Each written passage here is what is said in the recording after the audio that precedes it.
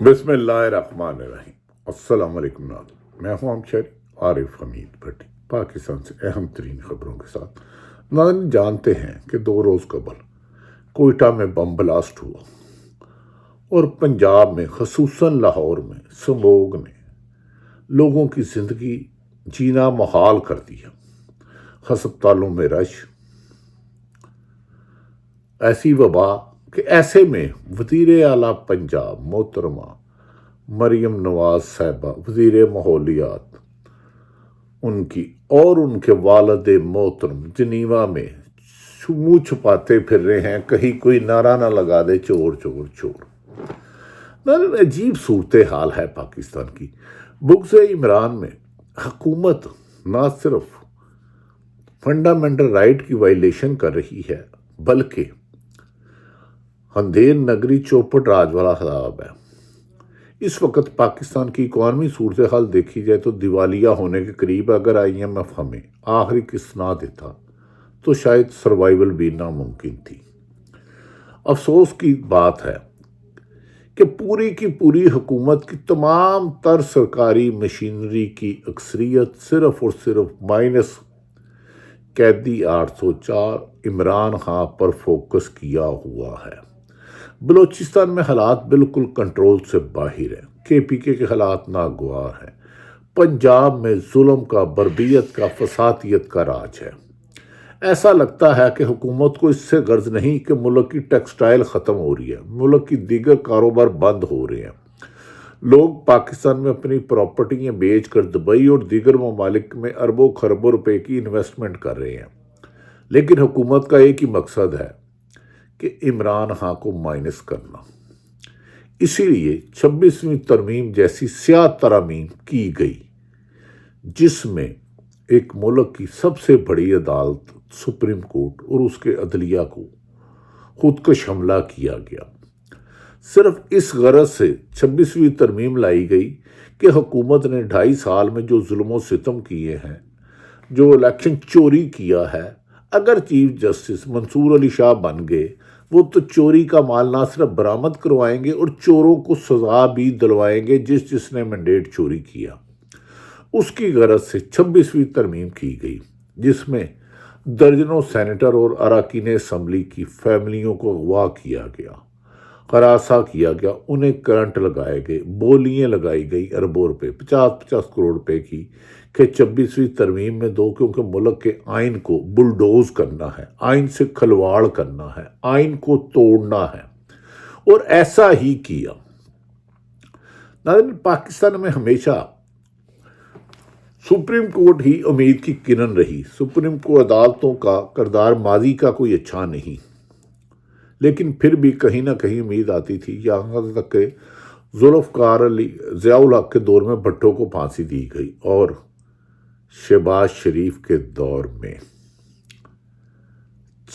آئین سے کھلواڑ کیا گیا 26ویں ترمیم میں۔ تحریک انصاف کے سینیٹرز، MNAs کے لوگوں کو اغوا کیا گیا، نامعلوم افراد ان کے دن دیہڑے گھروں میں گھسے، ان کی فیملیوں پر پسٹل تانا گیا اور ترمیم کرائی گئی، صرف اس خوف سے کہ تیسرے نمبر کے جسٹس جیا فریدی کو چیف جسٹس بنایا جا سکے، تاکہ جو 26ویں ترمیم کے خلاف سپریم کورٹ کے درخواستیں دی گئی ہیں اس کی سماعت میرٹ پر نہ ہو سکے۔ اور اسی ترمیم میں 17 کی بجائے تعداد 26 بنایا گیا، جبکہ سپریم کورٹ میں 5% بھی کیس نہیں اور 90% کیس نچلی عدالتوں میں ہیں، جہاں ناانصافی کے بازار لگے ہوئے ہیں، قیمتیں لگائی جاتی ہیں، بولیاں لگائی جاتی ہیں، محکموں کی تباہی کے حال ہے۔ ناظرین ان حالات میں بجائے کہ حکومت مل بیٹھ کے کرتی، تمام سیاسی جماعتوں کو بلاتے، ملک میں جو اس وقت مہنگائی کی لہر ہے، بے روزگاری کی لہر ہے، اس کا سدباب کیا جاتا، بھارت کو جواب دیا جاتا۔ ایسے میں سموگ کی وبا آ گئی۔ اس وقت پاکستان دنیا کے بدترین لاہور شہر جو صوبائی دارالحکومت ہے، جہاں شریف فیملی نے کم و بیشتر 40 سال کے قریب حکومت کی، جو اب بھی مریم نواز وہ وزیر اعلیٰ ہے فارم 47 کی جن کے والد بھی وزیر اعلیٰ پنجاب رہے اور چچا بھی، جن کے چچا بھی وزیر اعظم رہے اور جن کے والد بھی رہے، اور وہ ہے، اور سموگ بدترین پاکستان لاہور کا اس وقت شہر ہے، لیکن وہ اس سموگ میں کا ارینجمنٹ کرنے کے لیے، حفاظتی انتظامات کرنے کے لیے، اپنے گلے کے علاج کے لیے اخباری خبروں کے مطابق، میڈیا کے مطابق جنیوا چلے گئی، وہاں چور چور کے وعدے لگائے تو دھمکیاں دینے لگ پڑے کہ ہم اوورسیز پاکستانی کے پاسپورٹ کینسل کر دیں گے، شناختی کارڈ کینسل کر دیں گے، لیکن اوورسیز نہیں، دنیا بھر میں اوورسیز پاکستانی حکومت کے خلاف سراپا احتجاج ہیں، اور پاکستان میں بھی سراپا احتجاج ہے۔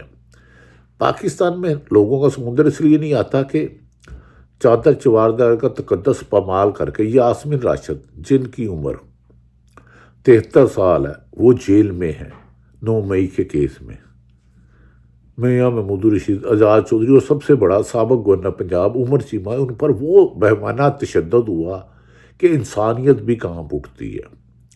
بجائے اس کے کہ لوگوں کو انصاف فراہم کیا جائے، مریم نواز ایک ہی کہتی ہے کہ عمران خان کو ختم کرنا ہے۔ عمران خان کو ختم کرتے کرتے نون لیگ نے اپنی سیاست ہی ختم کر لی، اب نہ عوام میں جانے کے قابل ہے، نہ اوورسیز پاکستانی، نہ لندن، نہ امریکہ، نہ جنیوا، یہ فٹ پاتھ پہ نہیں پھر سکتے، اپنی گاڑی پہ نہیں جا سکتے، اپنے پاکستان میں اکیلے نہیں جا سکتے۔ ایک حکومت لے کر جتنی رسوائی انہوں نے کمائی، اتنی تو رسوائی شاید ہی دنیا میں کسی سیاستدان کے ہاتھ آیا ہو۔ ایسے میں بجائے یہ کہ پاکستان کو اس سموگ جیسی مرض میں حفاظتی اقدامات کیے جاتے، اس سے غافل مریم نواز گلے کا علاج کرانے جنیوا چلے گئی۔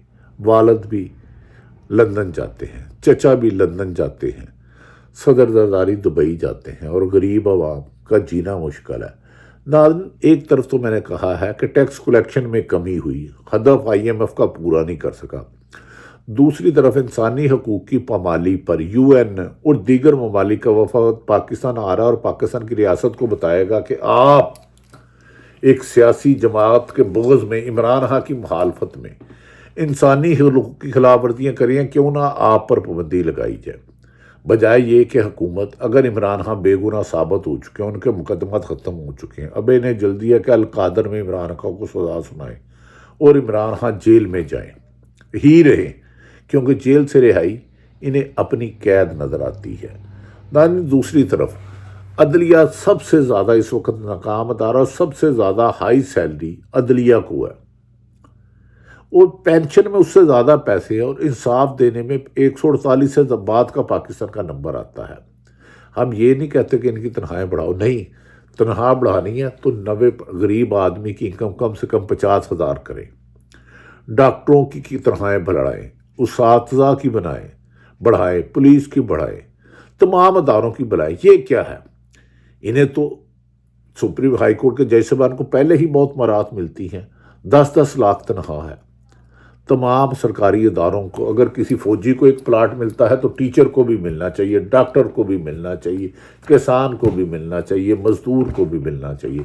جب تک ملک کی 90% آبادی جن کی انکم 30,000 سے کم ہے اس کو خوشحال نہ کیا گیا، پاکستان خوشحال نہیں ہوگا۔ عمران خان نے ایک یہی نعرہ لگایا ہے کہ میں پاکستان میں اشرافیہ سے ٹیکس لے کر عام آدمیوں کی لگاؤں گا، زندگی میں وہ بہتری آئے، جس کے لیے کہا جا رہا ہے اکتوبر کے تیسرے ہفتے میں بہت بڑی موومنٹ چلانے کی حکمت عملی طریقے انصاف نے بنا لی ہے۔ وکلا بہرحال صرف ٹی وی پر بیانات دے رہے ہیں، لیکن عملی طور پر 26ویں ترمیم کے خلاف وکلا نے کئی دفعہ چیلنج کیا کہ کسی کا باپ 26ویں ترمیم کے تحت عمل درآمد نہیں کرا سکتا، لیکن ہوا 26ویں ترمیم کے تحت ہی منصور علی شاہ صاحب کی بجائے یہ افریدی کو چیف جسٹس بنایا گیا، آئینی عدالت بنا دی گئی جسٹس امین الدین کی، جو خود الیکشن کمیشن کو کہتا تھا سپریم کورٹ کا حکم نہ مانو۔ وکلا کو اب نکلنا ہوگا، عوام کو نکلنا ہوگا۔ ناظرین، رجیم چینج 9 اپریل کو ہوئی، اس کے بعد پاکستان کا گراف دنیا میں نیچے سے نیچے گیا۔ کیا عوام اپنے حقوق کے لیے نکلے گی؟ دوسری طرف نواز شریف نے اپنے بھائی کو کہہ دیا ہے کہ ہم پوری دنیا میں کہیں پھر نہیں سکتے، اب اسٹیبلشمنٹ کے نیچے اتنا لگو، اپنے آپ کا وجود بتاؤ، لیکن چوری کے مینڈیٹ سے آنے والے انڈیپینڈنٹ فیصلہ کرنے کی پوزیشن میں نہیں ہیں۔ لہذا عوام کو نکلنا ہوگا سڑکوں پر۔ قمر جاوید باجوہ ریٹائرڈ ہوئے تو وہ پوری دنیا میں گھوم نہیں سکتے۔ فائد عیسیٰ نے 2.5 سال ظلم کیا، پاکستان میں 2.25 سال، وہ پوری دنیا میں فٹ پاتھ پہ اپنے پاؤں پہ نہیں چل سکتے، لوگ نعرے لگاتے ہیں، اور یہی شریف خاندان کا حال ہے۔ کیوں آج ہم عہد کریں کہ ہم ذاتی مفاد کی بجائے ملکی مفاد کے لیے ہر قربانی دینے کے لیے تیار ہے؟ اس کے لیے سچ بولنا ہوگا۔ Media 4 pillar of state Ghulam بن چکا ہے چند سیٹھوں کی وجہ سے۔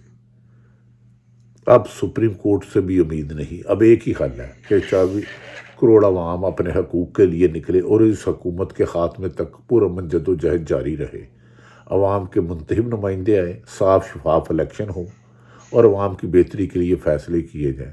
مریم نواز صاحبہ جب پاکستان وزٹ کے لیے آئیں گی یا حکومت کرنے آئیں گی، امید ہے کہ وہ سموگ پر بھی کرے گی۔ سموگ سے بچنے کے لیے انہوں نے اپنے لیے تو جنیوا کا انتخاب کیا، وہاں کہا جا رہا انہوں نے اپنے علاج کے دوران پنجاب میں صحت کے علاج کی سہولتوں پر بھی روشنی ڈالی ہے کہ پاکستان میں صحت کی سہولتیں ہیں، جبکہ ہسپتال میں اتنا رش ہے کہ سموگ کے مریض اور ان کے لواحقین چیخو پکار کر کے بد دعائیں دے رہے ہیں۔